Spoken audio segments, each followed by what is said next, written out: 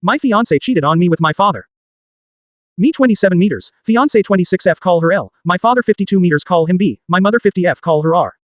Like many who've had something like this happen, I never thought something like this would happen to me, but here we are. I've never used Reddit, but I've seen stories from here on TikTok, so I thought I'd give this a shot for any advice you all could give me.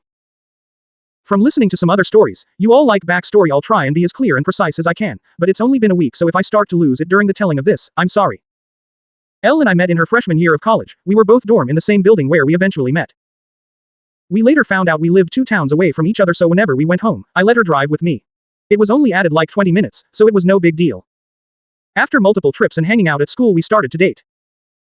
I have a close-knit family, as did she, so we told our families right away. I had met hers plenty of times when dropping her off, but it was nothing more than an introduction and exchanging pleasantries. Both of our families accepted each other with open arms and our relationship grew. I was a year ahead of her, so when I graduated, I went home where I was offered a good job with great pay. I visited her at school whenever I got the chance, and whenever she came home, we would make time for each other. After she graduated, she moved in with me as both of our jobs were in the city near where we grew up. Like me, she was offered a position at the company she works at now with great pay.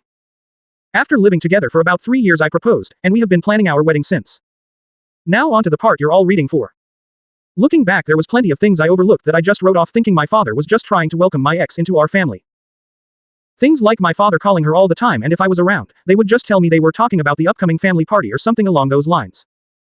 One time Elle was in the shower and her phone rang. I seen it was my dad. So I answered. When he realized it was me, he sounded both upset and surprised that I picked up. I then asked what's up. He responded that he wanted to talk to Elle about my mother's birthday that was in a week, and after a minute we ended the call. Even typing this out now, I feel like an idiot for not seeing it sooner.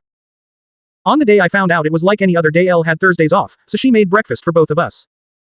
When I set out for work, she gave me a kiss and told me to have a great day. During my drive to work, I realized I had forgotten some paperwork I would need for a meeting I had at 3 p.m. I shrugged it off and told myself I would just go home at lunch to get it. Elle texted me throughout the day talking about all the casual stuff, a couple talks about like what do you want for dinner, I did the laundry, do you want me to hang it up for you, blah blah blah. I didn't think it necessary to text her I was coming home for lunch, so when it came around, I just left work and went home. When I got home, I noticed a car that looked like my father's in our parking lot, but I didn't think anything of it and just parked and went into our building. When I opened the door, I was met with a scene out of a movie where a man comes home early and catches his spouse cheating, such a cliché. There was a trail of clothes, both his and hers, leading to my bedroom, and the sound of faint moans echoed through my apartment. I stood at the door in utter shock. My brain was a mix of rage, sadness and disgust, but if you were a fly on my wall, you would see what looked like a statue. I just couldn't move. When I finally snapped to, not knowing how much time had passed, I took out my phone to record. I picked up all the clothes that were on the floor and threw them into the hall of the building. After, I filmed the walk to my bedroom. The door was open. I stood in the doorway filming for about a minute, then flipped on the lights. They both jumped at the sudden light and looked at me, and to my utter shock, it was my father in the bed with her. After the initial stun, my father noticed I was recording and started to panic, trying to find anything to cover himself and telling me to stop recording. He found a towel and wrapped it around himself and started to walk toward me. I told him if you don't want to get hurt, stop coming to me. He either didn't care or didn't hear me and reached for my phone.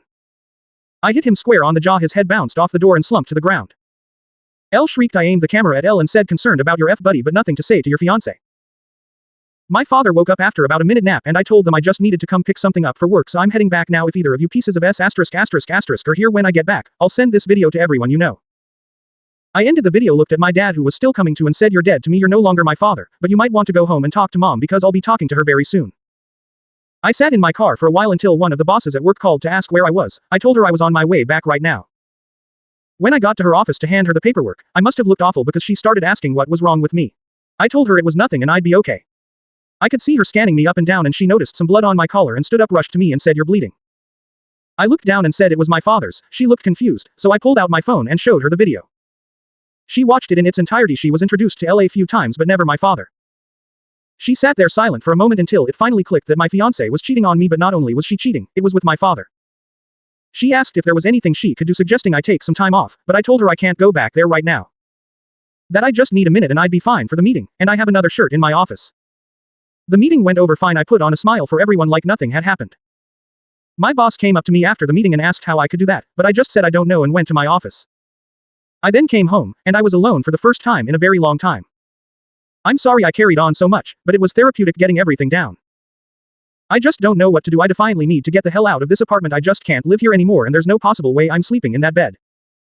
I know not only do I have to go get checked out for STDs, but I think I broke something in my hand. So, the day after I posted, I tried to get into contact with my mother, but none of my calls were connecting. I wanted to see if she would get lunch with me, and I'd tell her everything. After about a dozen tries, I decided to get into my car and go to my mother's house. She needed to know what happened as soon as possible, even if talking about was going to make it hurt all over again. During the drive I thought about what I would say and how I would say it. That made me start to panic. I had to pull over twice to throw up. It's not every day you have to tell your mom that her husband is screwing your fiancé.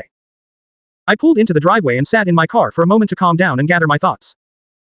I was in my car for a few minutes when my mother threw her front door open, so I stepped out of my car. She started cursing at me, saying how dare I come to her home after I hit my father for trying to break up a fight between Elle and I. She called me every name in the book and called me an abuser. She told me I needed to leave since Elle isn't ready to forgive me yet, and that if she's smart she hopefully never will. Yes, apparently my father took Elle to my family's home and told my mom that Elle and I argued, and when my father tried to spot it, I hit him. She continued on for a while until I finally snapped and said, "Really, Mom, because your husband is effing my fiancé, that's why I hit him, and if you can't take my word for it. I have a video, I'll send it to you, but because my own mother can talk to me like this, don't expect to see me again. I don't want to hear your apology when you finally figure out that you're just as shit of a mom as my piece of shit father."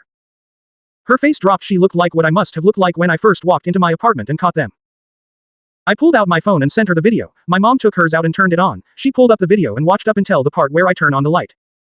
She then put her phone down. She looked up at me, but I turned and went into my car. I backed out of her driveway. I looked at her before I took off and she was in tears. My heart felt for her, but too much was said during that fight for me to pull back in and forgive her. When I got home, I started clearing everything out of my apartment that had to do with Elle or my family. I boxed all of Elle's things up and put them next to the front door. Legally this has been her place of residence, so I can't technically kick her out. Her name isn't on the lease. Also, she's the type of person who shies away from conflict, and if she returns other than to pick her things up there will be plenty of conflict. Anything that had to do with my parents I boxed up and put into storage. Like I said in my first post, we were a very close family, but I've never had a problem cutting toxic people out of my life. I texted Elle's parents and told them calling off the engagement and told them she's been cheating on me. I thanked them for everything they've done for me. Our relationship was still building, but they were kind and supportive of me, so this just added more hurt to the mix. I finished by asking if they would come pick up all of her belongings. I haven't gotten a response from them yet, but I'm hoping they come grab her things, so Elle doesn't have a reason to come back here. Hey everyone, I'm sorry I haven't updated in a while. I wish I could say I'm doing great, but that would be a lie. Everything hits me in waves. I go from just being numb to boiling with rage. I haven't had a happy moment since I found out. Other than a few friends, I don't really have anyone IRL, especially since my family turned out to be S. Quite a few things happened since I posted last, so this update will tell all that's been going on. After my last post, I decided to get the ball rolling on everything that needed to be done, like getting tested, finding a therapist, moving, and of course buying a new bed.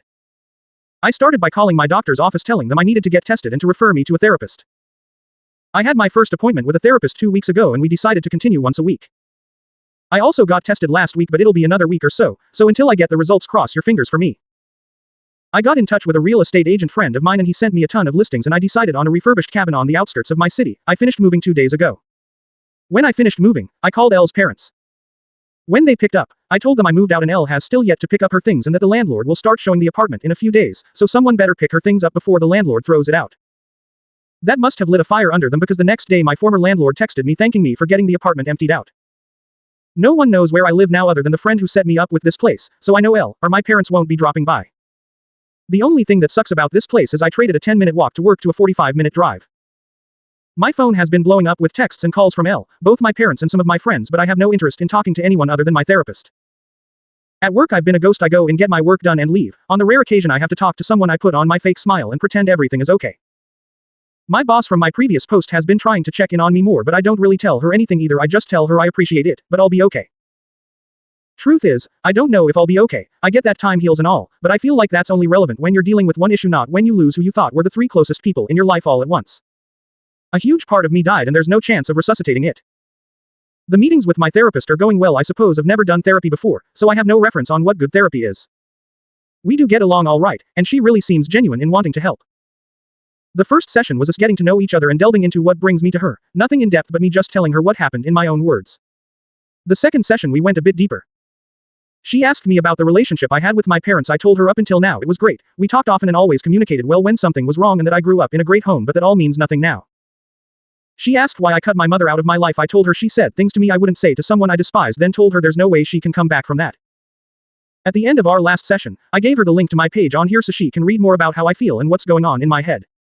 I feel like it's easier to type things out than it is to speak it. So, if you're reading this, hi doc.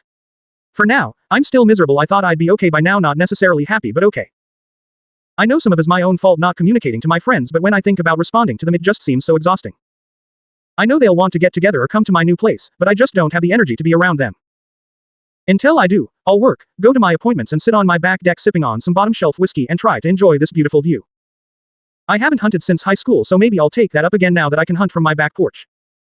In my last post I was doing things like getting tested for STDs and trying to restart my life. I'm happy to inform you all I am clean and couldn't be more relieved. I am fully moved into my new place. When I told you all about my new place, I told you it was a refurbished cabin. Well, I might have been a little generous. It was refurbished almost 25 to 30 years ago, so it was a bit dated. Well, with all my newfound free time I decided to actually refurbish it, and all that's left to do is paint the guest room I turned into an office. The only thing I didn't do myself was the electric and plumbing because I have no clue how to do it and have zero interest in being shocked or putting my hand in a shit-covered pipe. Doing all the work has been incredibly stress-releasing and has helped me clear my head. I still see my therapist once a week. To all those who suggested it, you probably saved my life, so thank you. Being able to vent, get my frustrations out and get the advice I need has been better than anything in my life past or present.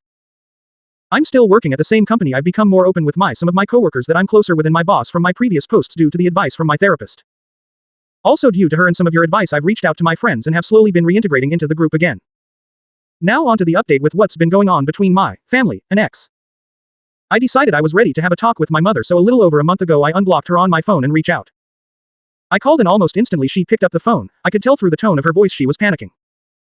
Eventually, after reassuring it was me, I told her we should meet and talk. She agreed, and a day later we met at diner near her house. She was there before I was, and when she seen me, she started quietly sobbing. When I sat, she apologized over and over again, telling me she could only take their word because she never thought them getting together would ever happen. I told her while I appreciate her apology, the things she said to me were despicable and something no mother should ever say to their child, and it showed me exactly what she thought of me. She cried harder and promised it's not true that when she was told I hit my father for no reason she was so angry, and when I showed up to the house, she just let her anger take over. Not wanting to go back and forth with her, I decided to move on. I said, speaking of that, boss, what have you decided to do with him? She told me they've been separated since the day after I sent her the video, and she immediately found a lawyer. Then we moved on to my ex. She said that when I pulled away, she went back into the house and threw them both out. She was too disgusted to look at them. We talked for about an hour in total, and before I left, I told her I was in a dark point of my life, and because of the things she said to me I didn't have my mother when I needed her, and because of that I don't know if I could have her in my life. I then told her I'm willing to work on my relationship with her, but it will be at my pace. She stopped me before I could leave and told me she has to tell me something important. I sat back down, and she said Elle is pregnant. Elle apparently showed up to the house and told my mom. She said she didn't know if it's mine or my father's. Elle asked if I had been in touch so she can let me know. Obviously, she hasn't, so my mom just sent her on her way. Thank you for reading. Sorry for rambling on and on.